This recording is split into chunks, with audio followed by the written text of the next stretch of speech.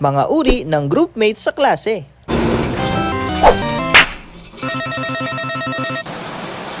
Isa sa mga ganap sa school ay yung gagawa kayo ng activities na magkakasama o yung tinatawag na group works. Ang kaso, kung may makakagrupo ka man na masipag at matalino, di hamak na mas marami ka ring makakagrupo na pabigat at hindi mapakinabangan. Kulang na lang lumaki ang katawan mo sa kakabuhat sa kanila. Isa na dyan ang puro laro lang nakagrupo mo, na nauna niya pa yata sigurong maabot yung mataas na rank niya sa mobile games kaysa maabot yung passing score sa exam. O ano guys, ito yung gagawin nyo ha. Make sure matapos natin to kasi tayo mauuna bukas. Enzo, yung PowerPoint tapos mo na ba? Oo, malapit na matapos. Isang push na lang to, tapos na natin to. Pre, back up dito sa mid. Okay, Miguel, yung pinapagawa kong visual aids, nasan na? Cleared na ba tayo doon? Oo, clear na. Pre, clear na jungle, farm ka muna. Dito ako sa Lord. Allison, nag-reply na ba sila para sa setup bukas? Ewan ko nga be, di pa rin talaga nagre-reply. Ay, na-good morning naman ako. Ganito ba ako kabilis ipagpalit? Ha? Ano pinagsasabi mo? Yung boyfriend ko kasi be, chinachat ko, wala pa rin reply. Hoy! Anong ginagawa nyo? Hoy! Putik na yan, kanina pa ako nagpapakapagod sa group work natin, tapos kayo naglalaro lang? Gusto nyo makatulog nang di dumadaan sa antok? Hindi rin mawawala sa group work yung mga kagrupo mong palaban. Yun bang gusto nila perfect palagi ang ipepresent sa klase? Pero nagiging OA na rin minsan. Ulitin! Nakailang practice na tayo, ganyan pa rin. Isa pa talaga ha, papauwiin ko kayo, wag na tayo mag-perform bukas. Again! Ha! Kalikasan ay ingatan. Huwag magtapon ng basura. Uy! Stop nga! Hindi talaga kayo makikinig. Tay, kasi kanina pa kami gutom, pagod na kami. 2 PM na, di pa rin tayo nagla-lunch. Ano to, nakadiet tayo? Oo nga, di mo naman kami alipin para di pa kainin. Tara na, kain mo tayo, bahala siya. Hindi nyo naman kasi inaayos, ako yung papagalitan bukas. Lagi na lang kasalanan ko, isusumbong ko kayo kay ma'am.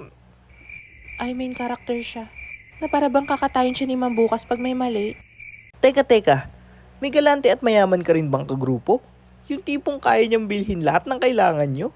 Guys, ambagan tayo para sa pagbili ng materials sa bulkan natin. Tig 100 pesos tayo. 100? Kasing laki ba ng mayon yung gagawin natin? Guys, magkano ba? Ako nasasagot. Sure ka? Aabot kasi ng 500 eh. Okay lang, 500 lang naman. Ay, wow, nilang yung 500. Ay, oo nga pala.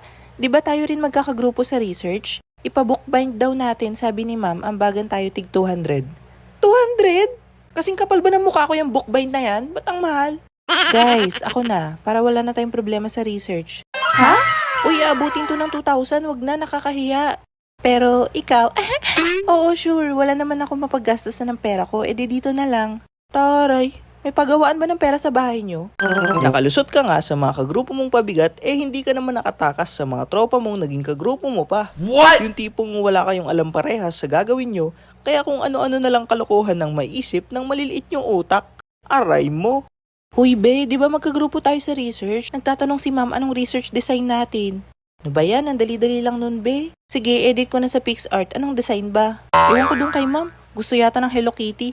Pero sige be, ikaw na sa design ha, gandahan mo. Sige be, try ko rin sa Canva. Yung research instrument, paano? Instrument? Gitara lang kasi meron kami sa bahay eh. Perfect na yun be, para sa presentation may background music tayo. Kabog di ba? Di naman ba masahin ni ma'am tong research? Di ba pre? Oo pre, pinapapasa niya lang yan, tamad yun eh. Maglagay kaya tayo ng adobo recipe dito sa gitna ng research. Sige. 2 days later. Bakit may naglagay ng adobo recipe sa research niya? Hindi niyo ba alam kabastusan yung ginagawa niya? Pumunta sa office yung dalawang may-ari ng research paper na to. Ayun din! Tarantado ka kasi pre. At panghuli, hindi talaga mawawala yung mga kagrupo mong kumapal na lang talaga ang balat dahil hindi makaramdam na pabigat sila. Yung totoo, pumasok ka lang ba sa school para umuwi? Hoy, saan ka pupunta? Gagawa raw tayo ng project ngayon. Ayoko, makikipag-date ako ngayon. Lusyo, inuna mo pa lumandi kaysa gumawa ng project. Bakit? Yayakapin at kakadel ba ako ng project na yan? Magtigil ka be, wala ka lang jowa. Ano ba yun si Princess? Sabihin mo pumunta siya dito sa school, gumagawa ka mo tayo ng project. Nako, baka tinatamad na naman yun. Sige, tawagan ko, wait. Hello, be. Oh, be, bakit? Punta ka raw dito sa school, gawa tayo ng project, sabi ni Ana. Ay be, andito kasi mga pamangkin ko sa bahay walang magbabantay sa kanila. Ganun ba? Paano tong project natin? Bawi na lang ako sa presentation, be. Sorry talaga. Be, may gimmick kami mamaya kasama si Brando. Sama ka? Ay, we? Sige, anong oras para maligo ako? Oh, akala ko ba walang magbabantay sa mga pamangkin mo? Hindi, be. Uuwi na sila ngayon. O, edi pumunta ka muna dito. Gumawa tayo ng project. Gala gusto, gawa project ayaw. Ano, be? Ha? Ano? Chappy ka? Ha? Tut. Okay, explain your work. Elsa, di pa kita narinig nagsalita.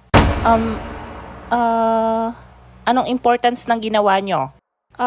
Importance po? Importante po siya sa atin kasi, anong basis nyo? Bakit siya naging importante? Basis po?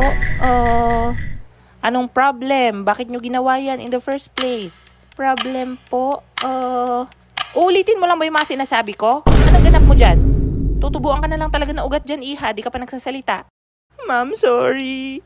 Tagaluto lang po talaga ako ng pansit canton. Ha? At yan lamang ang ilang mga uri ng groupmates na makikita at makakasama mo sa school. Comment mo rin yung iba pang alam mo para makita at mabasa ng iba. Pero bago ang lahat, subscribe ka muna sa aking YouTube channel para sa iba pang skolokohan moments. Shoutout nga pala kina Kelly Joe Animation, subscribe din kayo sa kanya, Surewin, Princess Shania, Shane XX11, John Jester Mohar, Liza Arts, It's Your James at Jenny Agustin. Hanggang dito na lang muna. Ikaw, anong uri ng kagrupo ka?